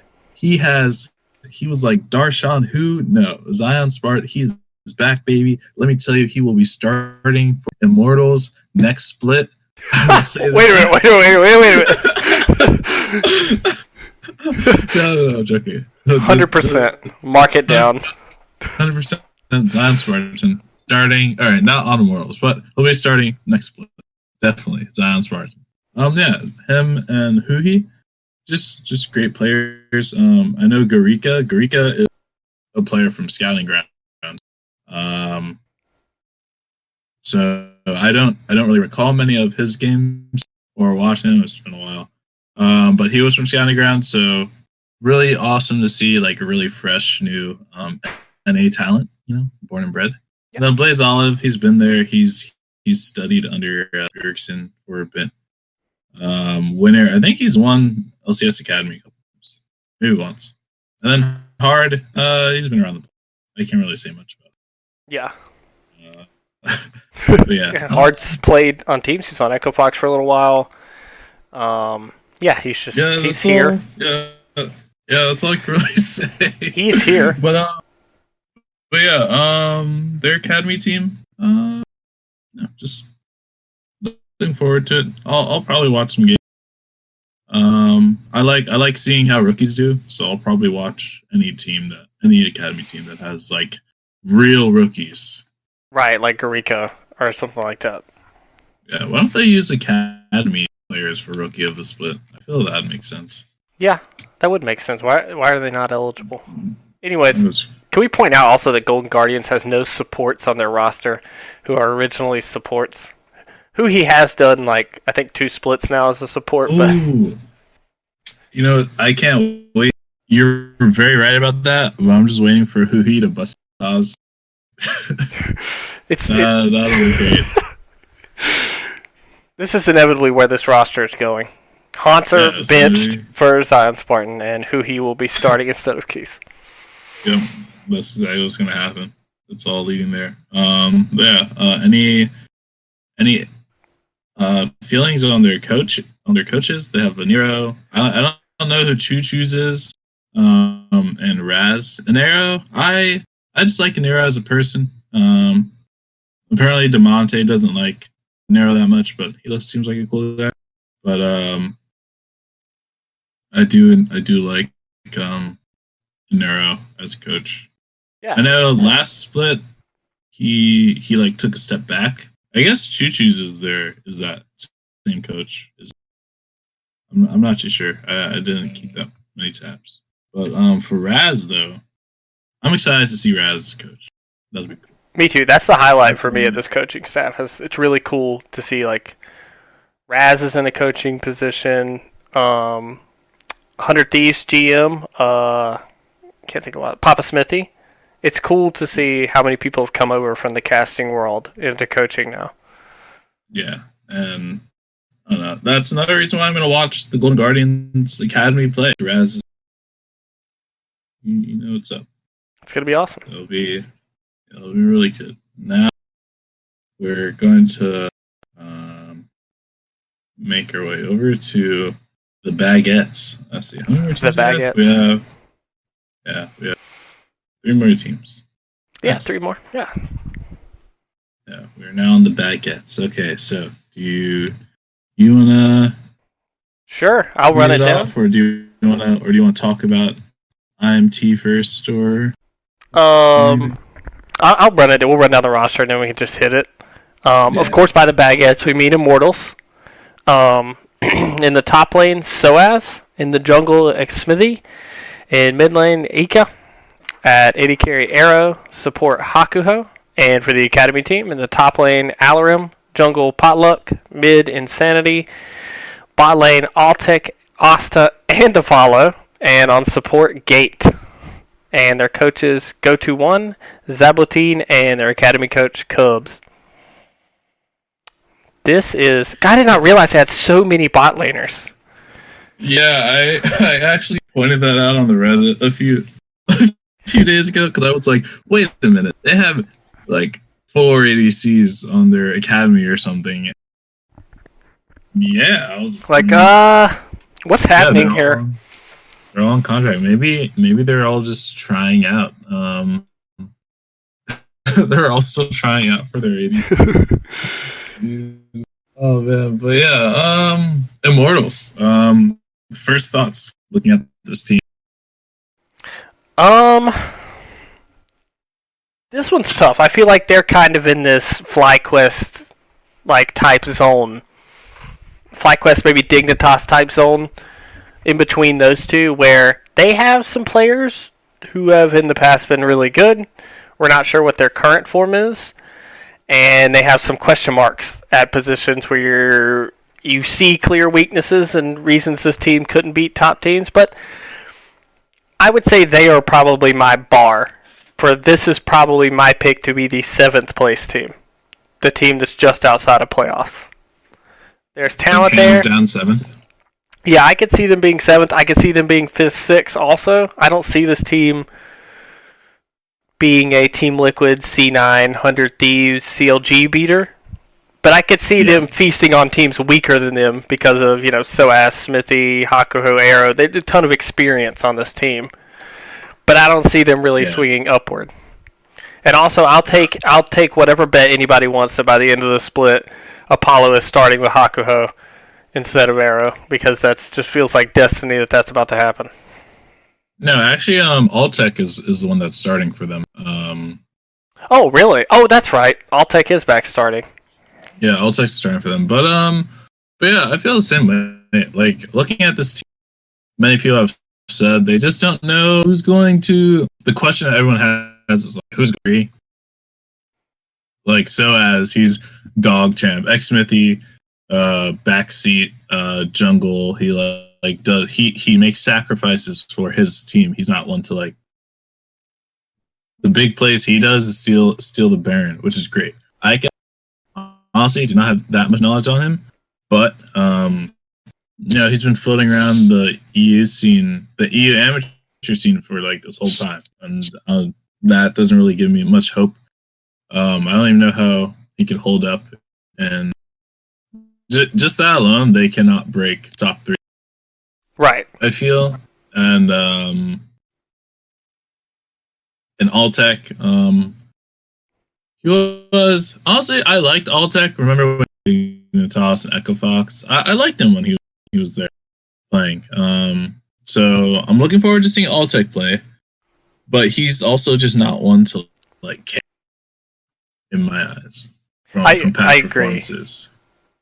Yeah, he is the like middle tier AD carry. He is the slightly older Deathly, in my opinion, where you're like, I could see this guy getting leads and doing things, but I would never build a team around this person. Yeah, definitely slightly older Deathly. And just looking at it, like, all right, looking at the team, if you could replace like Ica and Alltech with some like just upper talent, like. Imagine if Pobelter was on this team. Honestly, if Pobelter was their mid laner, they'd be playoffs. Yeah, I'd put this team in playoffs immediately. Yeah, even if Alltech is their ADC, they'd be playoffs because even watching FlyQuest last year, like Pobelter, I saw Pobelter, he had like these characters. So I feel if on Immortals, if they had Pobelter and they were like, here, you're gonna be the carry, he could probably like if he was, but he's not on the team, and that's not what this video is about. But like, yeah, I guess question mark. But just looking at their parts right now, it's like who's going to carry, and like, yeah, that's really it. Who is the carry? That's the. This is probably of all the teams that we go through that are in LCS right now, this is when I look at kind of how their playstyle looks the least interesting. An interesting playstyle? Yeah, like, because you think about Soaz, Smithy is he sacrifices in the jungle to get other people ahead. Soaz has been less of a carry, things like that. I don't see anyone on this team that jumps out to me as like, I can't wait to see that person play in this split. Yeah, like, it's Soaz. All right, so I'm not giving Soaz enough credit. I know watching him last split, when they had to go again. I don't know. Well, when he was on Misfits, he did have like one was like trying his hardest to carry that dead Misfits roster to a win. But he was like popping up. So I feel Soaz Soaz may have the potential to be that carry, especially on Renekton. Like, this guy's a beast on Renekton. He's like, if they give Renekton, they're like, all right, we're gonna camp you. They may win like every game. If they just do that, if they just give Soaz Renekton and just camp him, they will win like maybe 5 games, like in a row. If they just do that every game, like you're gonna get maybe 5 games the whole split. No, 5 games. If they did that for 5, they could probably pull that off for 5 games in a row until they lose or until someone bans. This is Renekton is like filthy. It is. It's actually disgusting. And we're not giving them enough credit because like Smithy, even Arrow is a one-time MVP. If he gets back in, Alltech has been a great player. Apollo, it's hard to know what this is going to look like when it's done to, even if Alltech's a starter. But there's people on this team you could see punching upwards and putting this team in playoffs. And some players also say, like Double Lift in a previous video that I saw, he was like support, and Hakuho is a pretty good support. So he is very good. I have pretty high hopes for him. So, but still seventh right now. Seventh, yeah, seventh for me. Actually, wait. You know what? If I actually, no, you go on. I'm gonna actually look and I'm gonna think of a tier list for the end. That's a good idea. Yeah. As far as the academy roster goes, Alarim is a guy I've liked for a little while. He's always been, I think he played a little bit on Optic a couple of games, a split or two ago. He's been okay. It's kind of tough to ever rate when a new top laner comes into LCS who's not like an import, because if you're not smashing, you're going against some insane competition. Because in a top year, you talk about Hauntzer, Huni, Licorice someday. Impact. I mean, even Broken Blade. It's tough to shine as a top laner. But I think Alarim's been around a little while now, a couple splits in Academy. He seems like a solid player. I'm excited to see him play this year in Academy. Insanity is a really nice mid laner. I think he played on Liquid last year. I think he was on their Academy team. Yeah, he was on Liquid Academy. He was actually pretty good. He went with them to MSI. So he probably got some pretty good practice there. So that's one thing I saw when I saw Insanity. Okay, if anything, here's one thing they could do. They could swap Ica for Insanity if Ica does not. So, I'm down for that too. I don't know. I'm just not sold. Actually, I'm pretty sure no one's sold on Ica. But I don't think he's French. Yeah, he fits their French theme. But the only ones who have faith in Ica right now are. So hopefully they prove me wrong. If they don't prove me wrong, then they should swap Ica with Insanity. Yes, I agree. But for the Academy, I hope Asta is I hope Asta is their Academy support. I also hope they get a new support other than Gate. Gate is not the most impressive support. I think he's only still in the scene because he's like young and nice. Yeah, but I feel like we've run the Gate course now of where we kind of know what Gate's ceiling is, and but I don't know. I mean, it's Academy, so maybe you're using. He's played a while now. He's played in LCS. Maybe it's just to have kind of a steady. Yeah. I don't know. So Potluck. I don't know much about Potluck. He is a resident. But don't really know too much about Potluck. But always glad to see another. Who knows? Maybe another pop-off jungler. Maybe we'll see the next startup. But with that, we'll move on to good old 4-time LCS champions Team Liquid. All right, I'm done. But Team Liquid, let's go. You want to do the roster rundown for him? Yeah, I'll do the roster rundown. All right, so Team Liquid, we got Impact in the top lane, Broxa in the jungle, mid, double lift bot, Core JJ as support, and Jenkins as a sub for top. Oh man, I'm looking at, this thing messed up. All right, it's because I got all these subs. My bad. So, oh my gosh, Jenkins, I was looking at it. Okay, anyways, Jenkins as a top lane for Academy, Sharnfire for Academy jungler, Yusui Academy mid, tactical for their bot lane in Academy, and Cal as their Academy. And then they also have Mike Young and Pobel signed as jungles as their database in the contract database. And then they have TF Blade and Rockin on their receiver. Funny if we saw TF Blade play. Please, TF Blade LCS now. That'd be hilarious. And then, for our coaches, Kane, Dodo, and our Academy coaches, Yaltz. I don't really know who Yaltz is, but we have Yaltz. All right, so just going to start this off looking at this Team Liquid team. Just same old Liquid, except for Mr. Broxa. And except for Mr. Broxa. Right, and I think there's not a lot to say about Liquid that hasn't been said. They're 4-time reigning champions. They are returning 4/5 of their roster. They were pretty dominant last split, so there's no reason to expect. I mean, they would be my preseason pick to be first If not them, maybe Cloud9. But Roxa on paper, people have speculated if it's an upgrade or not. I think it's a change in playstyle for them to go pick up a less farming kind of sacrifice for the team jungler and more of a ganking, high tempo jungler. They want to shift into a more proactive team, they said. Broxa seems like a fit for that. Broxa did a really good job in the early game. Yeah, and last split, Broxa did a great job on Fnatic, getting them early game leads and things like that. I think their average gold per minute was ahead of G2 last split, which is awesome.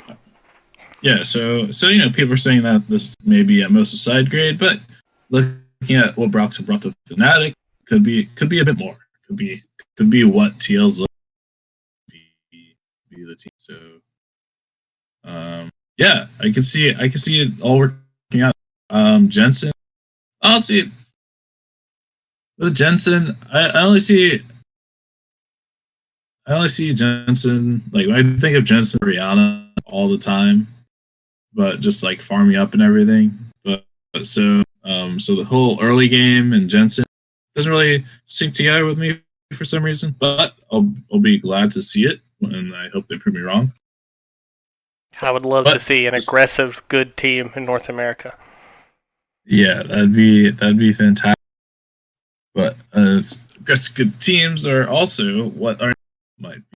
But also looking here, we got Doublelift and Core JJ, solid bot lane. Just trying to see, maybe the one thing I want to see this split is, like, hopefully maybe Doublelift put himself at just another level, like, higher. Right. Because right now Doublelift is just he's the way he's been playing. I feel he's been playing the same for a while now, kind of for NA at least. I'm just like, when I see him play, it's like, there's nothing like, yeah, man. Oh, it's like, it's I don't know. I hope he finds another way of playing, another self, like another level to his depth of a ADC. I agree. I think we've watched Doublelift kind of do, and Liquid as a team kind of do they're ahead 20, 25 CS coming out of lane, but I didn't really see anything where I was like, wow, he is clearly better than every other AD carry is playing. And that's what I want to see the same thing. I want to see them smashing bot lane. Yeah, I want to see some, whoa, I want to see how Perks made me look at ADC last. That may be asked for a lot, but when he just, like, out of nowhere, random solo kill, just out of nowhere, and you're like, wait, what? It's like, and then you watch it, and you're like, yo, this guy's insane. This guy's insane. Like, that's what I'd like to see. Something, just him to, because, all right, here's the thing. TL, if you have Doublelift, you're gonna win. That's not gonna change my mind. You're gonna win if you have TL. I mean, if you have Doublelift, but he could still have fun winning different ways. Yeah, and I think the Broxa change shows, like, their understanding now of, like, you've watched the IGs, the G2s, those teams like do well. It's like, this is what, excels on a world stage. You can't play the slow, methodical game against players who are as good as you. Yeah, like as I was saying, the fire, like, just the moment. Yeah. Like, you need those moments. You need the moments when you play. And right now, it's like TL just doesn't have those moments when they play. It's just League of Legends. But yeah. Yeah. Talk about a little bit about the Academy roster. Yeah, the Academy roster. Anyone you're particularly excited for? I'm happy to see Surenfire play when he gets through the visa issues. I think that's. I think it's easy to get excited about junglers. Feels like every jungle we talk about, we're like, can't wait to see what this guy can do. This looks awesome. But Surenfire's been a good jungler overseas for a while, and I'm excited to see what he can do in Academy. Yeah, another OCE import. Yeah, he was on the Direwolves. He was one of their best players, but he always ended up getting relegated times. So they always just never got that far. Because they never had their jungle. But yeah, so yeah, Fire. I'm also looking forward to someone that I'm looking forward to is Yasu. I liked watching him for Echo Fox Academy. When I caught him for some of these games, he's in a mid laner that I've been having my eyes on for a while. So I'm excited to see him get some play. Tactical. He was on TSM Academy last year. He was apparently really good. People said it was Treat, his support, that set him up. So we'll see. I can't and wait. Then they said his support set him up for success last Academy split. So we'll see. Yeah. And then Cal, the support, he's from Scouting Grounds. So it'll be cool to see just another Scouting Grounds player get their chance. So yeah, not too much to say. It's just some new faces on teams, some moved around faces that people like to see some growth in. Okay. So I'll probably watch the TL games too, just because Yusui's on.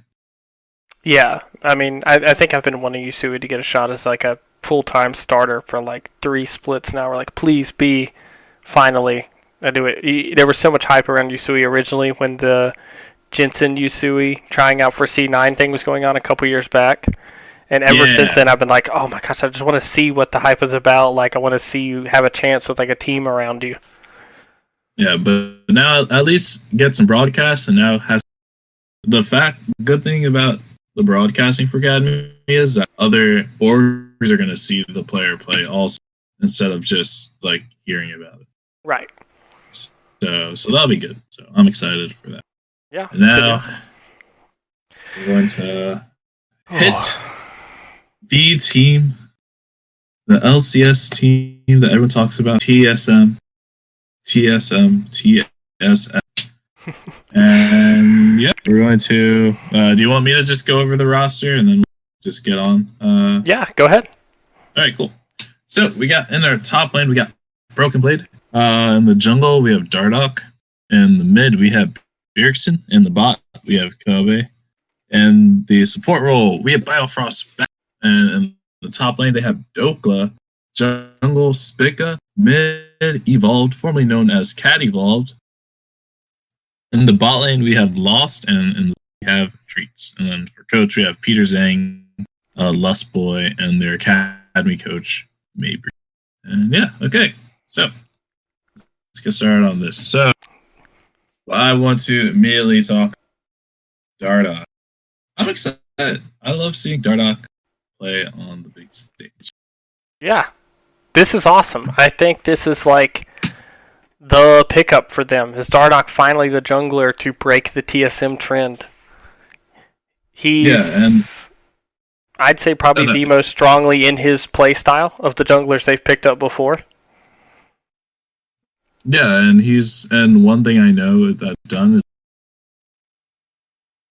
at least in the beginning of the split, he's always just been super strong, making these crazy plays. So at least TSM does have a strong start. I'm not a TSM fan or anything. I just like to see Dardoch play. Right. Like it's great seeing a good jungler. Like we never have that many flashy junglers. The last flashy jungler we kind of had was Acadian, and he was benched. He was benched. Yeah. Oh man. But yeah, anyone you're looking at? Or I think obviously like Kabe and Biofrost in the bot lane. This has the potential to be a top 2 bot lane. Kabe had an awesome year last year.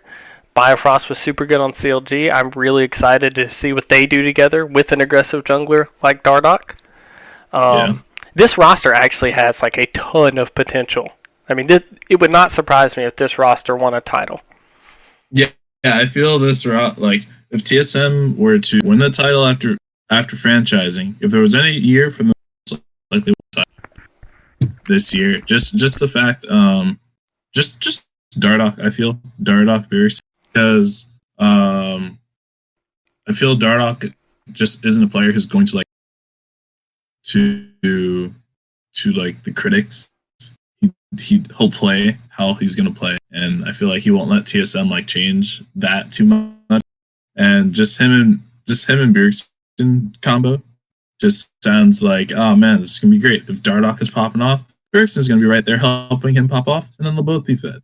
And then also in the top lane, I'll say with the Dardoch Broken Blade, that just reminds me of Acadian Broken Blade from Spring. Like in the spring, those guys were on it. Those guys were great, and I feel Dardoch Broken Blade will be just as good. So honestly, this whole TSM team is honestly just looking pretty. You there? Yeah. Okay, good. It cut off the last word there, so I didn't know if you DC'd or not. Yeah, it's not. Yeah, I was just saying how they look pretty. Yeah, yeah, I agree. I mean, I think this has all the upward potential for them. Even the floor of it, it's pretty reliable with Bjergsen and Bio that this team's at the very worst going to be a playoff team, I think. Yeah, there's no way they're not making playoffs. Yeah, I agree. We're going to move on to the Academy roster. There's some pretty good players on their Academy roster. I didn't realize they had such a good Academy roster until looking at it today. Yeah, their Academy roster is actually pretty good. I was actually looking at it. Yeah, for me is Evolved. Cat Evolved. Fine is took that leap to pro play. So it'll be really cool to watch that. It'll just be really cool to see he fares on in this environment. And yeah, for me it's mostly Evolved. Treats, we saw him last year. But, yeah, right. For me it'd be Evolved. I'm excited to see Lost. Lost was hyped as being like a really good AD carry. And then the whole Echo Fox situation, so I'm kind of giving him the benefit of a doubt of, okay, maybe you didn't excel in that environment. You're on TSM now. You have a decent support and Treats. If you're good, this should be the area to excel. Yeah, that's all fair. And yeah, you're right. Lost, and Dope. Maybe what I'm looking for from Dokla this time around, just maybe some growth. I want to see him some carries. He always played like the split pushers, like Camille and Jason York. But even when he uses Jace, his play wasn't that like dominating. When you see the Korean and LPL Jaces, when they're ahead, they're like super ahead. They're smashing lane and they're doing this. I hope like to see from Dokla is he'll learn to smash lane because even though he started to be able to hang up there, not like in skill wise, but just like keep the CS deficit like not too low. Right. But being able to almost hold your own against some of our LCS top laners, I feel he should be able to try to really push his skills while in academy for TSM. Must be a good environment. It'll push him really hard. Yeah, he's the type of player who, by the end of that split, was not losing games for them. He was okay. And I'd love to see him take the next step of being a force on team. He's been in LCS. Theoretically, in academy, he should thrive. And if he doesn't thrive here, then that's kind of a sign. This is your chance to show, like, hey, I am an LCS top laner. Yeah, that's the other thing. If he doesn't, then everyone will be right and be like, yo, Dokley. I remember when Dokley, man, that was funny. Just all the flame. But yeah, it was, that's all we could look for. Coaches, I don't really have much to say about the coaches. Peter's, with Dardoch, I think that's another reason why Dardoch is going to be working out super well with this team. Other podcasts I've listened to and other interviews and everything have been saying how Peter Zhang is a really good coach with junglers. So, for all we know, he may be the one reason that Dardoch succeeds on TS. So, we'll see. Yeah. Any final words on TSM before we go to your split predictions? Who's going to be first and last? All that fun stuff. Let's see. Any other words on TSM? TSM. Let's see. These guys are a solid team. I don't think they will never beat Seattle's bot lane. So their bot lane will be at most number 2. Just looking at it, never. Bio can never beat double. It won't happen. Will not happen. It cannot happen. Just like how Cody's son can never beat. Cody's son hasn't been. When it comes to going against double. Oh man. But okay, so now that our teams are wrapped up, we are now on to power rankings, or is it just schedule? I'd say let's just do the power rankings since we haven't seen any games yet. Maybe the schedule. We'll do the games after the week's over. All right. Yeah. So, do you want to go? Each of us give our first place teams and then go down the list. Yep.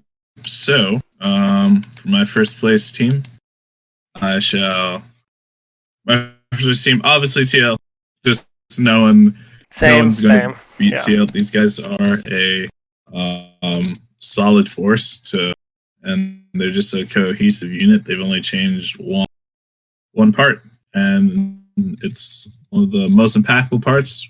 But he's very capable, and Brock's easy first.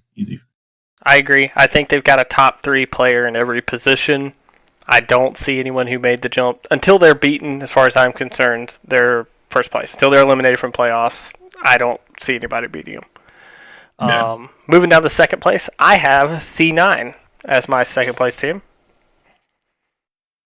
Yeah. I think C9. Yeah, sorry. I think C9 did the best job in the offseason forming a roster with a clear goal in mind, and I think that the people they retained and the people they added are either side grades or clear upgrades, aside from Blabber, but I'm giving Blabber the benefit of the doubt of I think he will thrive in the system they've made there. Okay. All right. Yeah. My second place team will be TSM. Their team just looks too clean in my eyes. They are, for the most part, a new team.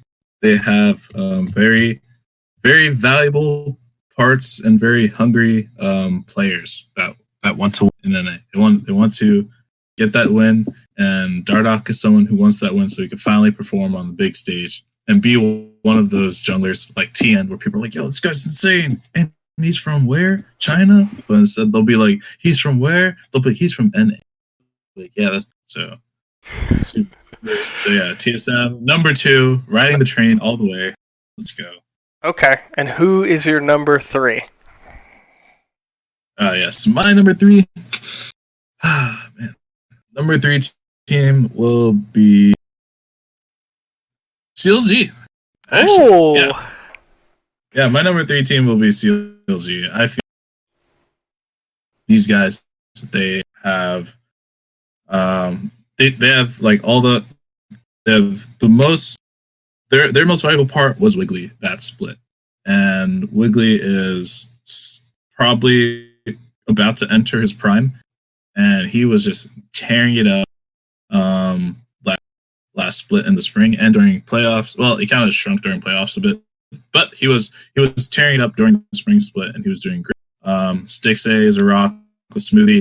Anything could happen. Crown Ruin. Top mid duos are my favorite, honestly. So I have high hopes.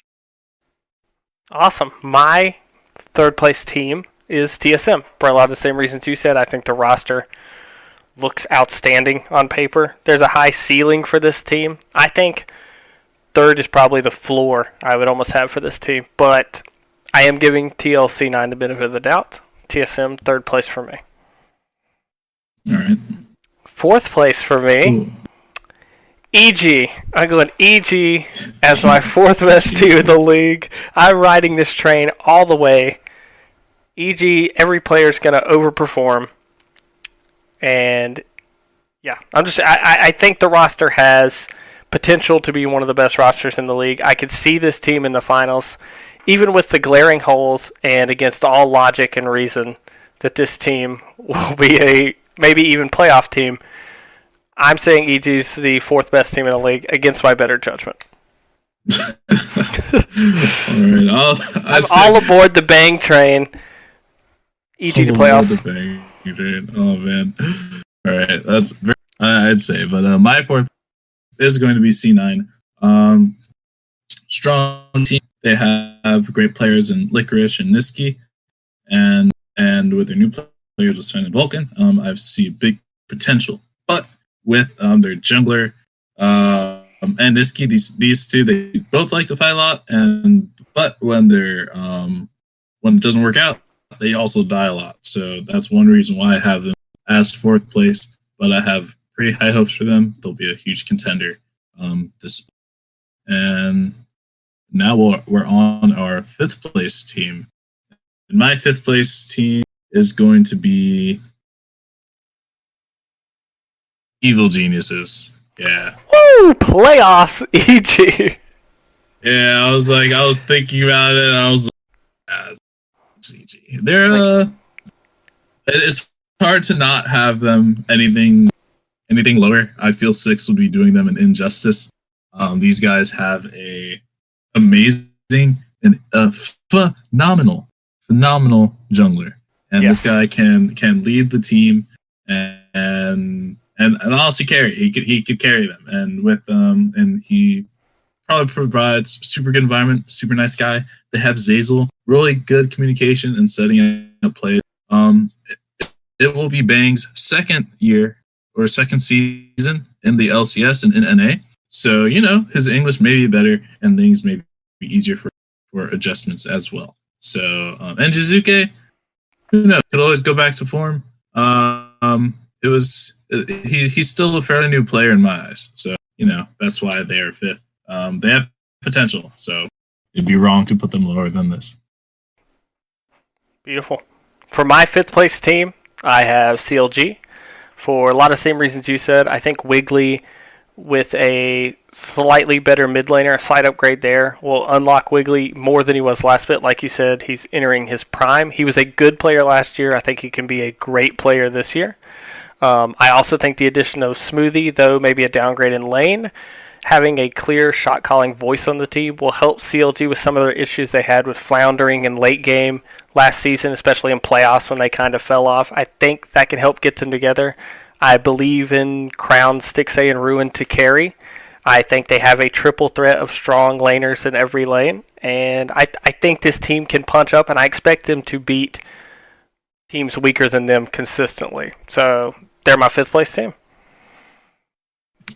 Are you saying they're going to be the of this year? Because Clutch always beat the teams, never beat teams. I think CLG will be the team that beats everyone who's weaker than them and will surprise someone. Whether it be a TL or a TSM, someone like that. I don't think CLG will consistently beat the Team Liquid's TSMs, but I could see them taking a game out. I could see them having a good series against a team like that also. Definitely, I can definitely see that. Yeah. Pull off a pretty solid win. All right, so want to move on to sixth place, round out my playoff teams. I have 100 Thieves.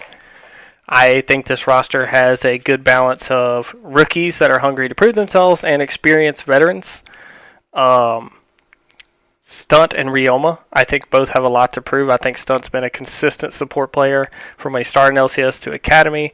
Ryoma is super hyped. I think this guy can be a monster. And with Meteos, Cody Sun, and Someday, I think you have 3 extremely experienced, extremely good players that have a body of work that shows they really don't have down splits much. I expect this team to be dangerous come playoff time also. I think this is a team that could surprise people. I could see a world where 100 Thieves goes to the finals with this roster. Yeah. Nice. So I too, 100 Thieves.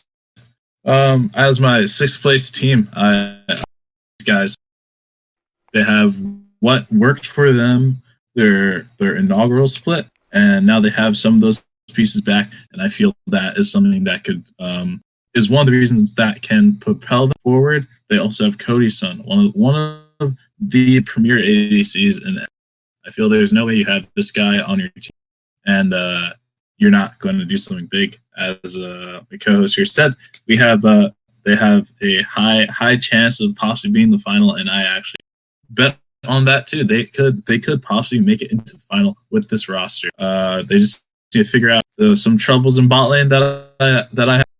But I feel these guys have the potential to make it, and they just have to reach it. That's why they are the 6th place. Yeah. Yep. For your final 4, do you want to just give an overview of what your ranking is, or we don't go as far in depth on the non-playoff teams? Yeah, I'll just do the final 4, all in one go for Preseason. So, do you want to start off since I just finished off with my 100 Thieves? In this order, I have Dignitas in 7th as my right at playoff team. I have Immortals these are kind of interchangeable. I think either of these teams could punch up, make it into playoffs, but I more than likely see them not. Below that, I've got FlyQuest in 9th and Golden Guardians in 10th.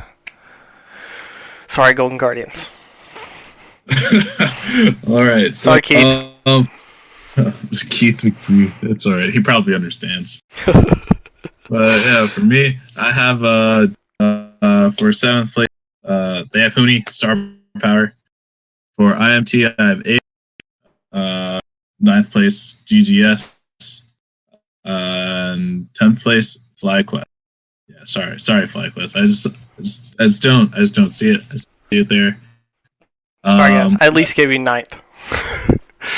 Yeah, at least gave you 9th. Oh, but I will say, Dark Horse. I did say it before, and I'll say it. GGS is the Dark Horse team to win at least playoffs. Dark Horse to playoffs.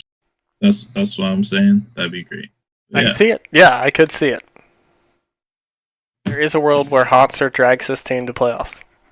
Yep. But yeah. Do you have any Dark Horse claims? I could see. No, I can't. Immortals would be probably my. This team could punch up into playoffs easily. As just pops off with his bag. Yeah, it's just Baguette, Shin, hard carrying, ulting bot constantly to keep their team in games. I could see it. But yeah, any closing thoughts as we wrap up our rankings and pre-week 1? Any closing thoughts? Closing thoughts? No, I'm excited for LCS to start up this upcoming week, and I'm super excited that the first match is TL versus C9 because I get to see if Pobelter could actually jungle. So yeah, it'll be just really excited. Hope you guys watch the split too, and I hope you guys join in for some discussion possibly in the future. Yeah, and for me, same thing. Super hyped. The Monday night games. I want to see TSM TL since they're my 1 and 3 picks. I'm really excited to see that. Also, of course, TLC9. But yeah, look for us to release another one next week, guys. Same time. We'll be doing a recap of the games this weekend. Super excited to finally have some games to watch. And yeah, thanks for listening. All right, guys. Thank you. See you.